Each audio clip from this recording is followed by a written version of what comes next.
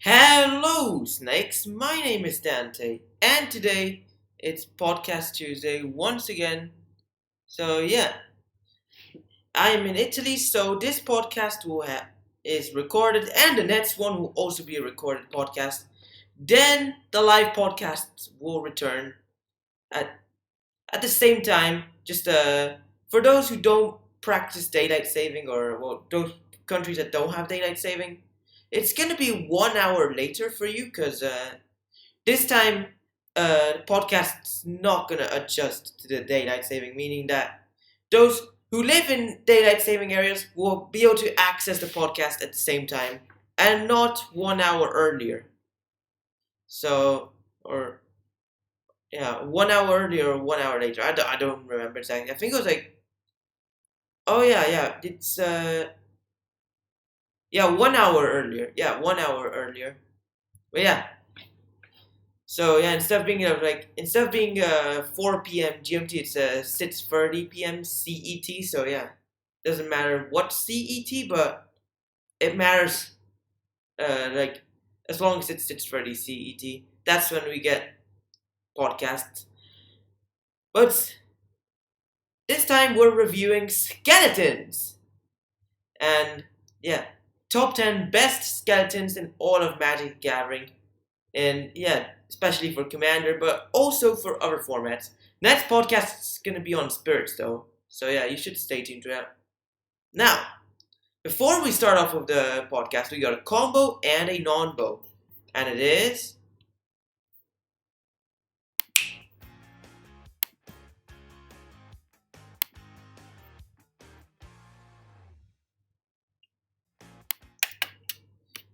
Oh, wait. This one. A Ceriac the Arclich. It is a 3 mana 5/5 legendary zombie wizard with basically when it enters battlefield, as long as you haven't completed Tomb of Annihilation, you have to bounce it and you venture into the dungeon. And when it attacks for each opponent, they have to sacrifice this creature or you create a 2/2 zombie.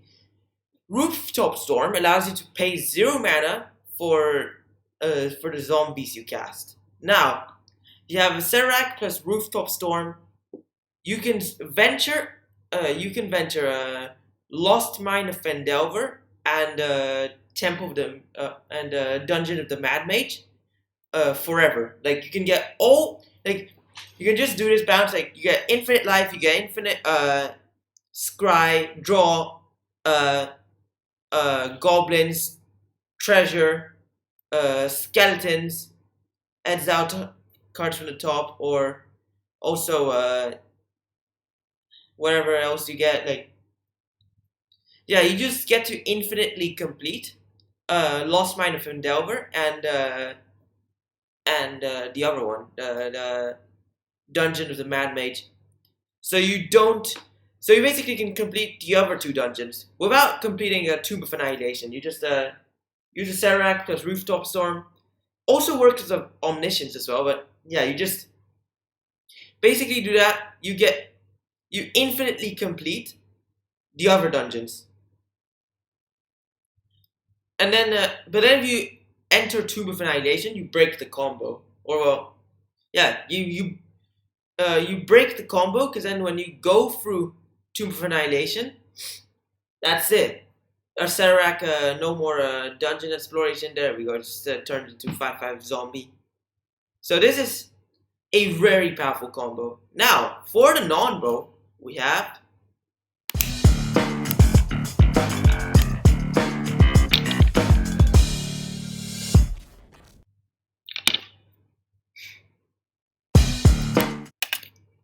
Oh, again. It's this one. Non-bow of the week, we got Platinum Angel and Abyssal Persecutor.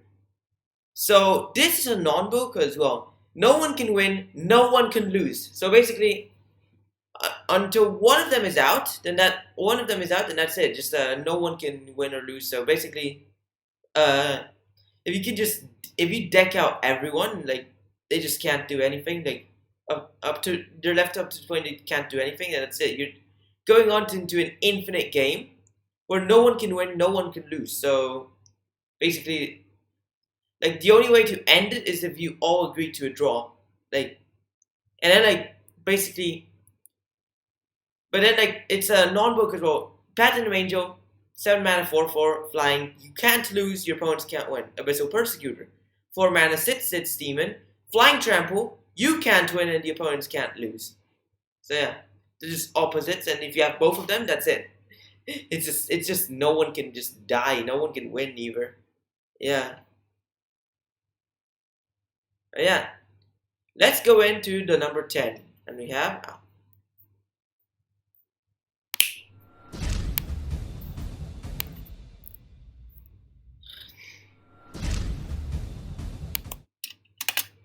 Carrionette, 2 mana, 1/1 skeleton with 4 mana.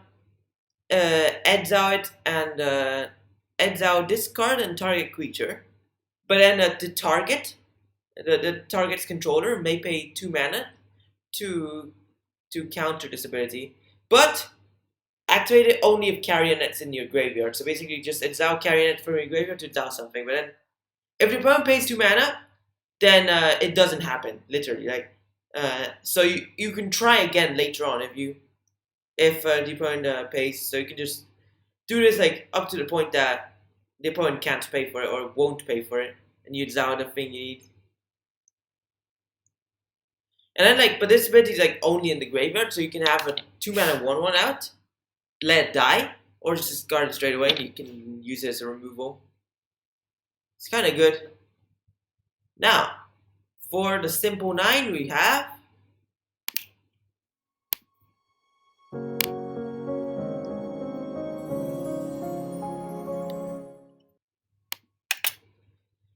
Carnage Gladiator, 4 mana, 4/2 skeleton warrior. Whenever a creature blocks, its controller loses a life, and you can pay 3 mana to regenerate it.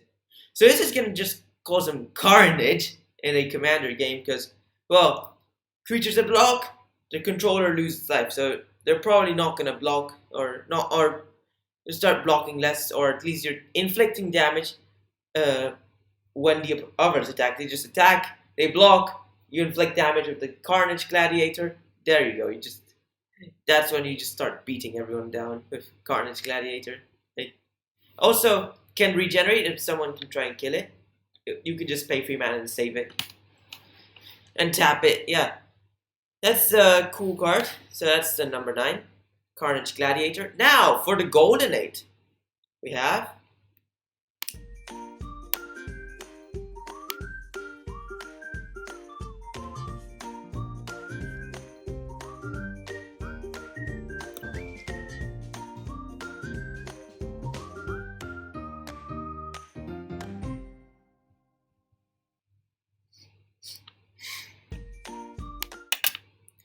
Deathless Knight, 4 mana, 4/2 skeleton knight with haste.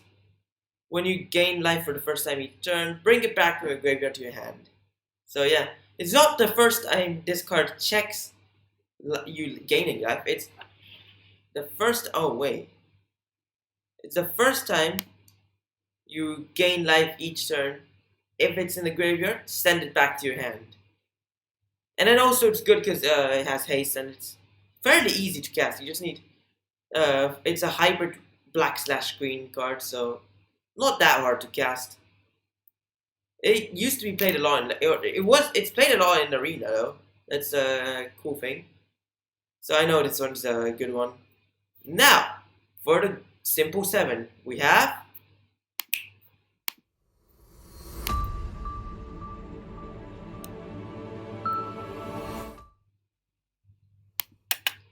Modern Staple, Lightning Skelemental. 3 mana, 6/1 elemental skeleton. With trample haste, when it deals combat damage to player, that player discards 2 cards. The beginning of the end step, sacrifice Lightning Skelemental. So that Lightning Skelemental is basically combination of ball lightning and blightning. So yeah, ball lightning and blightning, they make the lightning skelemental. But the namesake is based on lightning elemental, which is a 4-mana 5/1 with haste. And yeah, this one's a lightning skelemental, which it's actually based off of ball lightning. Like ball lightning's like 3 red 6/1 trample haste, and at the beginning of the end step sacrifice it. And then Blightning is just like 3 mana instant. You just deal 3 damage to your opponent, and then they discard 2 cards. And like, so you just fuse those 2 cards together, and you get Lightning Skelemental with the name taken from Lightning Elemental. I mean, there is also Groundbreaker, which is the green version of Ball Lightning. So I don't think this card's gonna get a time shift. Like, if this card gets a time shift, then it's gonna be a green white colors. Because yeah, it's gonna be like the green white version of Lightning Skelemental, or like Lightning Skelemental for Groundbreaker, like Skeleton Groundbreak is or Skelebreaker, I don't know. But yeah, this one's actually a cool one though. You can like unearth it, and then you just strike for 6 damage, and put it back there. Then you can just unearth it again. And by unearth I mean the unearth card, not the mechanic. Let's go to the number 6. We have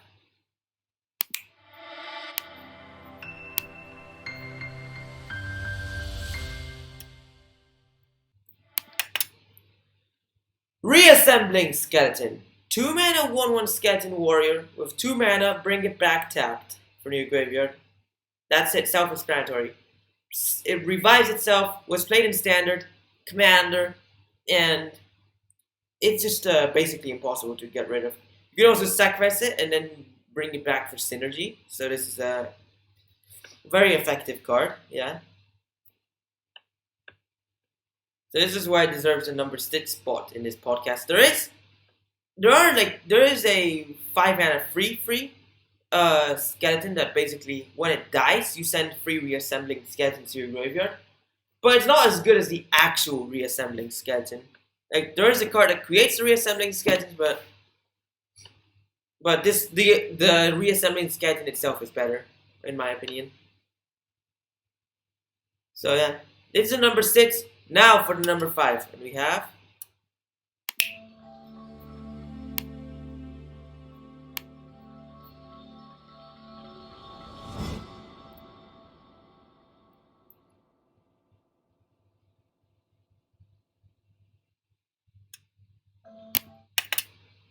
Demilit!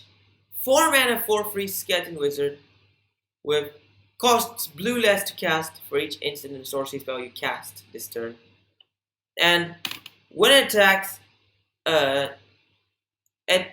exile one of your instants or sorceries from your graveyard, copy it, and then you may cast a copy. You still have to pay the mana for it though, that's the thing. And you may cast it from your graveyard by exiling 4 instants and sorceries from your graveyard, in addition to paying its other costs. So basically it's a 4 mana 4/3, like, which is easy to cast in mono blue, but also storm count as well. Like, Arclight Phoenix decks in modern are reviving because of this card. Like, they're playing Demilit Phoenix. Like, they're just playing lots of like cantrips and stuff, 1 mana spells, and like to bring back the Arclight Phoenix, and Demilich gets summoned in the process. Like, there's also Consider as well, which is the new cantrip as well, which works. And also Faithful Mending. So yeah, mono blue Arclight decks or blue white Arclight decks are more considerable. But now we have a Faithless Salvaging, which allows you to rummage your Arclight Phoenix. You can just rummage it. Like, 2 mana instant, discard a card, draw a card, and retrace.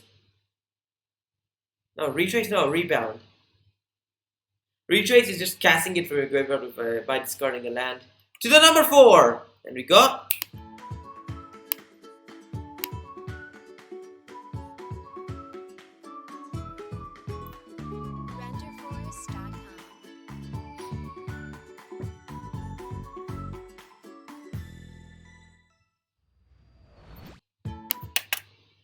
Golgari Grave Troll. 5 mana 0/0 troll skeleton with enters battlefield plus +1 counter on it for each creature in your graveyard. You pay 1 mana and remove a +1 counter from it to regenerate it. And you can dredge for 6. This one was banned from Modern because of how much this could dredge. But this one's a very good like Legacy and Commander Gitrog decks.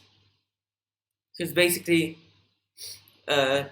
Golgari Grave Troll, well, it can dredge for 6, and so this is like the most you can dredge, like it's 6 cards. And also, you can also try and like bring it back from the graveyard with something like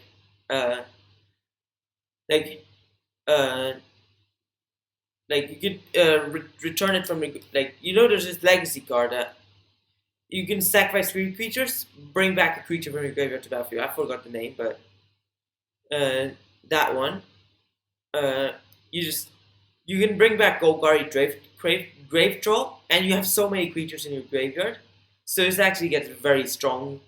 So this is why this is like the number 4 in the podcast, and also, I mean, this card is like so powerful for Modern, it got banned. So yeah, this is definitely very good. Gitrog decks also play because, well, yeah, dredge. Like Gitrog monster decks, they literally just play so many dredge cards, like especially Darkmoor Savage. Yeah, like literally every dredge card except for Shenanigan. Yeah. To number 3, Golden Free, and we have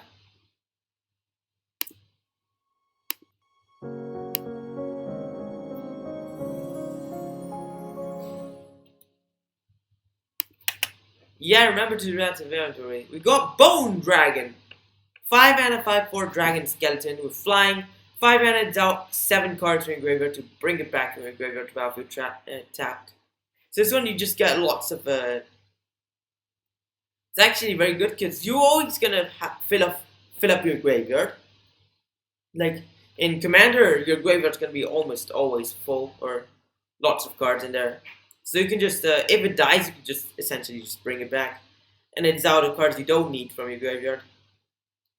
It's good to play this card in the deck that doesn't use the graveyard, not the one that uses the graveyard, because then it's going to be easier to exile stuff. Yeah. And also, like probably a Dragons deck, like a Dragon tribal deck, like Ur Dragon, could go well with Bone Dragon. So yeah, that's number 3, Bone Dragon, very good card actually. Now to number 2, and it is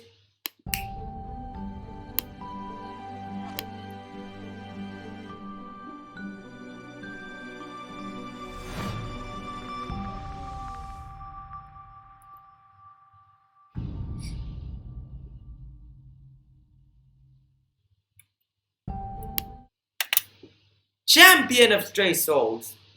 6 mana 4/4 skeleton warrior with 5 mana, tap it, sacrifice X other creatures to return X type creatures from your graveyard to battlefield, and 7 mana to send it back from your graveyard to the top of the library. So this one allows you to one-sided partial living death. So you can just swap any of your creatures with cards in your graveyard. Like you can just sacrifice like 3 creatures, bring 3 creatures back and stuff. Like you can just not like sacrifice everything, then bring the creature from your graveyard back. That's like you basically with this one you can swap cards, and then like if it dies, you can pay 7 mana and it goes and it becomes the next card. So yeah, it could also essentially stop mill because well dies, you send it back to the top, and yeah. It's good though. It's like Champion of Stray Souls. You can just bring back many powerful stuff like by sacrificing tokens and stuff, and then you still have other stuff. And this one, of course, you still have Champion of Stray Souls, but it have to tap itself for that ability, and you can't choose itself with the ability because otherwise you just tap sacrifice Champion of Stray Souls, then bring it back to the top. Like so, yeah, like you could just do an endless cycle with Champion of Stray Souls for like every 3 turns. You can just Champion of Stray Souls, or maybe if you have like 12 mana, you can do it like every 2 turns. Stuff like Champion of Stray Souls, then sacrifice Champion of Stray Souls, bring something back, and then brings Champion to your top. But it's one of my classic favorites because I bought the 2015 Merit Commander deck, and this was like one of my favorite cards from there. Yeah. Now for the number 1, and we have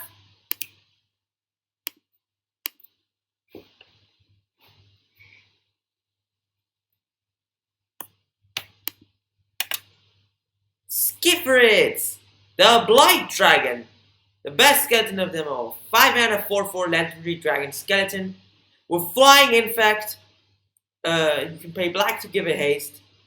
2 black regenerated. So this could essentially be a 6 mana 4/4 flying haste infect, but this is usually 5 mana 4/4 flying infect. But you can rush it, pay 1 mana, then you can attack on the turn it enters.